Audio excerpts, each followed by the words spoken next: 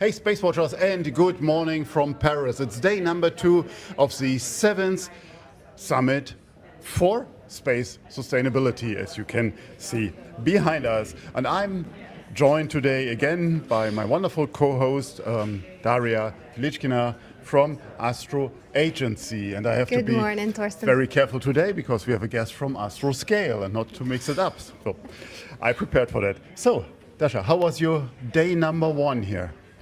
The day number 1 was exciting, just as we expected. It was very rich on good discussions. And one of the most memorable statements for me was that space sustainability is not a constraint, but a condition for progress. And that sort of sets the mood for the day yesterday. We really decomposed space sustainability into many, many layers. And we're talking about all things, starting from the lifestyle extension of products to space weather. So it really covered it all well, plus had a good mix of voices, academia, industry, defense was mentioned many times, so different perspectives.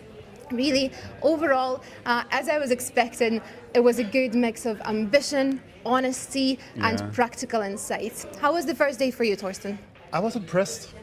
I mean, we go to so many conferences, and usually you have a respected level of conversations there, but yesterday I was impressed by the depth of the talks, of the keynotes here, of the commitments that were given, and I think that was remarkable. I took down 3 takeaways from yesterday for me. First was consensus works, but it needs teeth, and was said by Arti Holamani in her session. So what it was about, voluntary norms that we have today have to evolve into enforceable global rules, and fast. I think that's a very clear statement. I mean, she was on fire in her fireside chat, literally, wasn't she? It was great. And so then space sustainability is now an industry issue. It's about a fair competition, spectrum equity, and long-term access for all nations, also a very strong statement. And inclusion matters. And I found that interesting in this context of sustainability, because sustainability shouldn't become a new form of space colonialism. Strong words yesterday, and well-rounded panels as well. Good.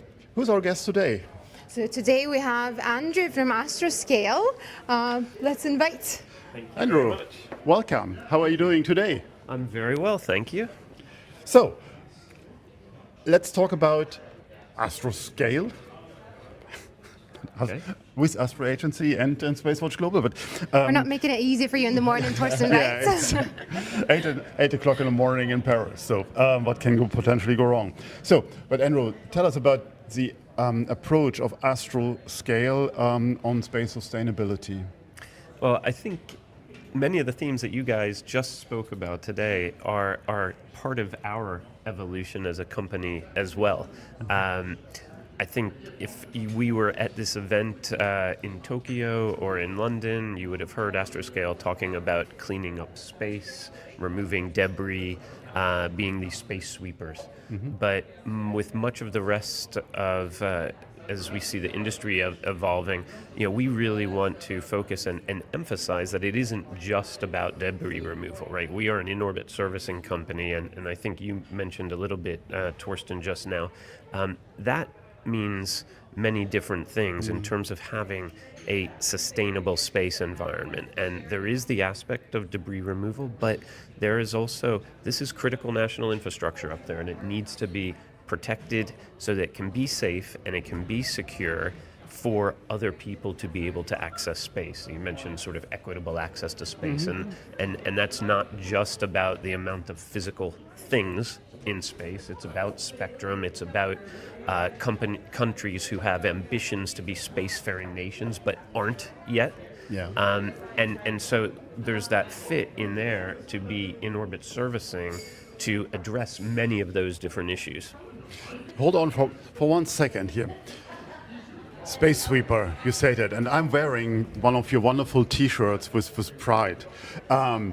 does it mean that that's outdated, the space sweeper thing? So do I get a new T-shirt? Well, you probably shouldn't have the T-shirt in the first place. I'm not sure where you got that. Maybe it's black market T-shirt, but I'll take it off your back later. But no, that is still really, let's say, an enduring philosophy of Astroscale. I think, you know, it really speaks to sort of the humble beginnings of how Astroscale formed, and we're very proud of that space sweeper nomenclature, but it goes way beyond that. Absolutely. I mean, I think I met Nobu the first time at the World Economy Forum thing in Dubai, 2016, 2017, whenever that was. And you said, oh, wow, there's a very noble idea to clean up what we left, what humanity left in space. But how did it evolve now? Because I think, as you mentioned, you moved on, but you're holding to the legacy, but you adapted to the new realities. Yeah, I think you hear a lot of companies talk about making a pivot to defense, for example. I don't really look at it that way. I look at it not as a pivot, because that implies to me that you're pivoting away from something and to something else. We're really, actually, I talk about opening up the aperture. The technology and the capability that Astroscale has built and is continuing to advance, that capability is applicable across a number of different market segments, if you will, whether it's civil government for removal of large rocket bodies, or defense related to sort of protect critical national infrastructure, or in future, you know, really starting to kickstart that circular economy, right? Being able to refurbish things in space, because, you know, the most sustainable spacecraft is the one that's already up there. So if we can start to change that whole philosophy around how you build, not just build for demisability, but also build for enduring capability as well. And that's sort of right where I see how we've sort of expanded the range of our capability. Amazing. Dasha, over to you for the hard questions. Now, I'm just going to ask about the first day. How did it go for you? Do you have any insights? Is there anything that you sent to your team in the chat and said, guys, this is something that I want you to know? And also, what do you expect from today?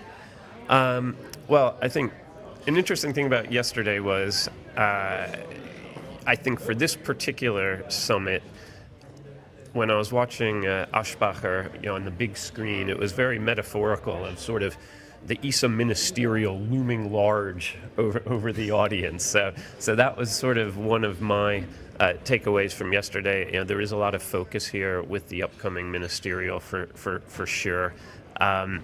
You know, you mentioned Arti and Yanusa. I thought her fireside chat was excellent. The whole part around collaboration, international collaboration, I think, you know, I can feel that sort of wave starting to take hold. You know, we have many different nations that have sort of a jigsaw puzzle, and, you know, just like air traffic or maritime traffic, we're now at a point where I think the space industry really needs to start to look at how do you pull these things together to have that international collaboration and coordination. There's just sort of so much activity happening now, and I think she articulated that very well. And then just, again, you know, sustainability, but not just sustainability from sort of removal of debris and things like that, but sustainability in terms of sustainable access to space, equitable access to space, and how that matters in the context of this. So yes, for today, I think I'm looking for more of the same. There's some really good panels this afternoon, this morning. We've got representatives from the UK government. We've got private industry. So yeah, I'm hoping for, you know, some fireworks, a little bit of heat, as you say. You know, Arti is bringing the heat. Hoping for some more really engaging discussions, and of course the coffee breaks. You know, we can't go without conference coffee, but that's where all the really good discussions happen. Okay. Good. Well, actually, networking is another powerful thing about this summit, because outside of sessions and chats and keynote speakers, the networking and the opportunities to have a dialogue is just fantastic, isn't it? I think it has the right size. You know, it's not one of these 1,500 people conferences. It's, what is it, 200, 300 people, something like that. And it's small enough, cozy enough to interact also with people over the 2 days. No, 100%. It's the event itself is a really good convening event, and you're getting a really broad cross section. People who do want to be here, and as you say, it's accessible. It's not massive, but everybody's here for a particular reason, and it is an opportunity to get business done as well, right? It's not just a talking shop, and I think any successful conference has to be able to walk that line. Great. Andrew, thank you very much, and all the best for you, and we will see you later then in one of the coffee breaks. Thank you for being our guest. Thank you. Thank you, Dasha. Thank you. So, Dasha, today, second day, what is on your wish list? What do you think that's something that is particularly interesting? Tell us more about that. So I do have a couple of sessions on my list. And the first one is SSA Trends to Watch. It's the morning panel. Yeah. So I'm looking forward to that. We had lots of insight yesterday on trends, and I expect to have a rich discussion on this one. And another session of particular interest is one at 3:30. It's Leadership Views on Space Sustainability. This is where the senior leaders are brought together from different countries and different national agencies to talk about how their sustainability priorities are reflected at top level. So and this will be one of the closing sessions, I believe, for the day. So that's a very powerful summary, I feel. Looking forward to that, really. Yeah, I would like to mention the mentoring session that goes on as we speak, a powerful tool for young professionals that are here, that have the chance to have direct access to people in the industry. And I'm particularly always touched when young people come to us and say, hey, you guys are SpaceWatch.Global. Hey, thank you very much for whatever you guys do and how you help us to get our way into the industry. And then we see, hey, there are people watching. So that's very good. The second one are the SSA trends I also had on my list. And then sustainability in the context of military and commercial space. I find that very interesting as we see this trend of military is driving this sector, but what is their approach to sustainability? Is it only we only need an area to operate in, or is it more? So what's the military definition of sustainability? I think that's a very interesting one.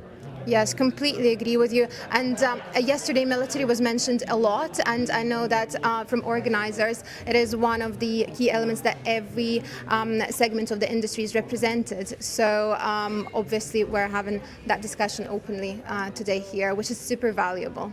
Cool. Then, Dasha, thank you very much thank you, Torsten, for this wonderful moderation. And with that here, SpaceWatch out from Paris.